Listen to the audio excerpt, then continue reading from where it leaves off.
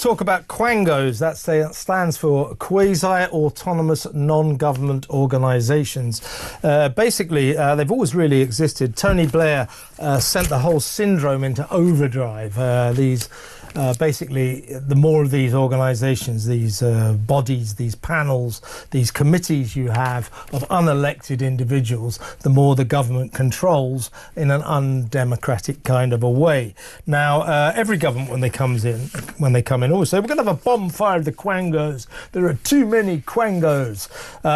This government has been no exception. They said they were going to dramatically reduce the number of quangos in operation in this country. Well, it turns out that they haven't exactly been going hell for leather on that.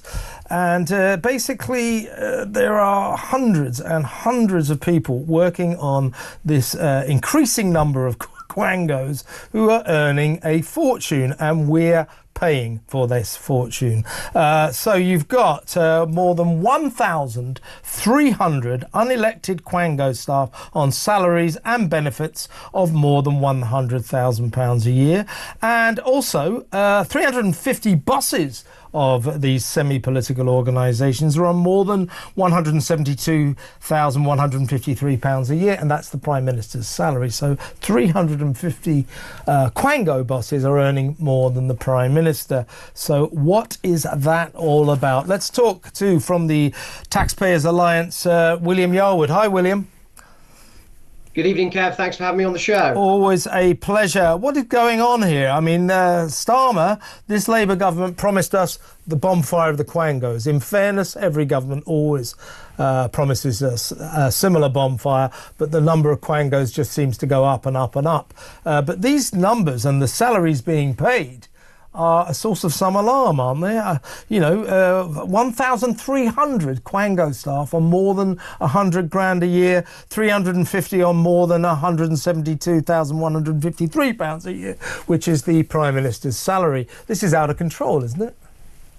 Yeah, it's completely out of control. I mean, I think the most stark statistic there is the 350 earning more than the Prime Minister, because it really brings into question who is actually governing Britain at the moment. This paper, Quango Rich List, is part of our broader campaign, Britain's Quangos Uncovered, where we at the Taxpayers Alliance are going to sort of take the veil off, if you will, of the backroom bosses, the quangocrats and so on and so forth, and show to the British public actually who's governing Britain, what they're doing and how much they're costing. And this is one of the first papers we've done in this series. But yeah, these figures are insanely alarming. I mean, if I can just pick out one or two for clarity, if you will, the CEO of HS2 Limited, that fantastic transport scheme which is totally built and on time and under budget, their CEO Mark Thurston took home a salary of £618,000 in 2023-24. When people talk about, quangocrats and civil servants and so on and so forth, and the need to pay them more in order to attract talent, my question is, why on earth are quangocrats such as Mark Thurston earning this level of money when clearly there's no talent there at all? Because Mark Thurston is in charge of what quango? He's in charge of HS2 Limited. HS2 Limited, right. Of course he gets a fortune, doesn't he? Yeah. Well, quite. What a mess. Yeah, it's a complete mess. And what's worse, Kev, is that about 94 quangos actually didn't provide us any accounts. So the figure could actually be a lot larger than the one me and you were talking about this evening. It's an absolute disgrace, it really is. Still with government waste and the money they spend on our account that they shouldn't. Let's talk about this Northern Irish rap trio called Kneecap. Now, while the Tories were still in government, Kemi Badenoch, then the business secretary, took away their £14,250 grant. They were given a government funding grant to help their music and also to help them touring abroad, apparently. Kemi Badenoch took it away because she said they were anti-British, because they're always calling for Tory MPs to be killed. They're big fans of Hezbollah and Hamas. They like to scream support for those terrorist organisations from the stage. Kemi Badenoch took the grant away. The band of Kneecap appealed and won their money back. Labour gave up the ghost and they've still got that money. Let's have a quick look at Quango's Kneecap in action. Tories. The only good Tory is a dead Tory. Kill your local MP. This is one of the members of the band saying the only good Tory is a dead Tory. Kill your local Tory MP. Kemi Badenoch's now reported them to the police over this, and the police are investigating. But my question would be: is how come they've got 15,000 quid's worth of taxpayers' money? This lot who talk about killing Tory MPs and also shout their effusive support for proscribed terrorist groups from the stage. They're breaking the law here on 2 counts. Why have they got our money?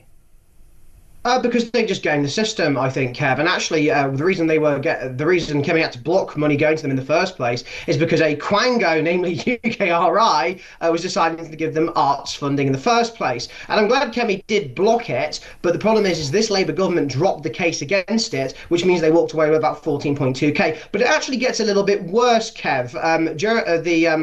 The Jewish Chronicle actually revealed recently that they're actually not finished talking about how much money they're going to receive from legal costs, meaning that the overall cost could actually be around £90,000 of taxpayers' cash by the end of it. So if you add the 14,000 together to the 90,000, that's possibly be walking away with over £100,000 of cash, simply because the previous Conservative government, quite rightly, didn't think that this Irish nationalist violent rap group should deserve a single penny of taxpayers' cash. And quite frankly, they're disgraceful.